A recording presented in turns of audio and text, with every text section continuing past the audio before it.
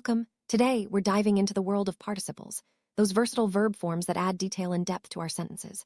Whether you're new to English grammar or just need a refresher, understanding participles is key to mastering the language. We'll explore both present and past participles, see how they're formed, and learn how to use them correctly in real-life examples. By the end of this video, you'll be able to spot and use participles with confidence. Let's get started by defining what participles are and why they matter in English communication. Let's clarify the difference between present and past participles. The present participle always ends in ing, like serving or knowing. It's used for continuous actions or to describe something happening right now. The past participle, on the other hand, often ends in ed for regular verbs, such as served or invited. Irregular verbs have unique past participle forms, like known or gone.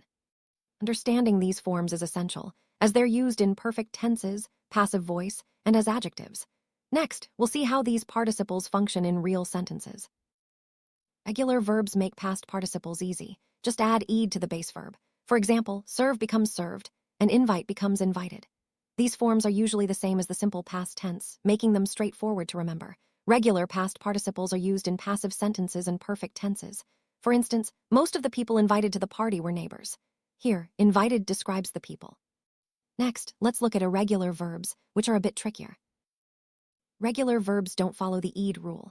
Their past participles must be memorized as they come in various forms. For example, know becomes known, and go becomes gone. Sometimes the past participle is different from the simple past, like see, saw, seen. These forms are essential for constructing perfect tenses and passive sentences. For example, not knowing what to do, I called the doctor. Here, knowing is a present participle, but known would be the past participle. Let's see how participles function as adjectives next. Participles often act as adjectives, describing nouns in a sentence. For example, the people concerned have been informed. Here, concerned describes the people. Similarly, I found her sitting at a table covered with papers. Covered tells us more about the table. Both present and past participles can serve this function, adding vivid detail to your writing. Next, we'll look at participles in passive constructions. Past participles are crucial in forming the passive voice.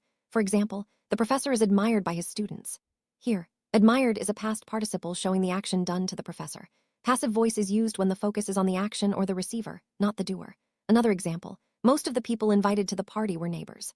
Invited shows who received the invitation.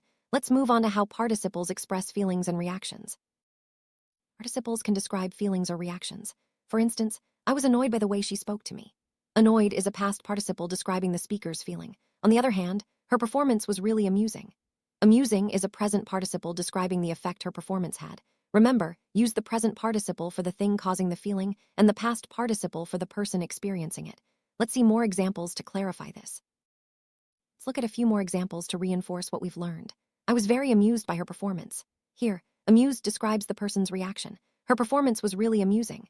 Now, amusing describes the performance itself. Another example, the first runner came in closely followed by the second. Followed is a past participle showing the sequence of actions. These examples show how participles bring clarity and detail to sentences. Next, we'll summarize the key points. Wrap up, participles are powerful tools in English grammar. Present participles end in ing and describe ongoing actions or causes, while past participles often end in ed or irregular forms and describe completed actions or effects. They can act as adjectives, form passive voice, and express feelings. Practice by identifying participles in sentences and using them in your own writing. The more you use them, the more natural they'll become. Thanks for watching, and keep practicing your participles for clearer, more expressive English.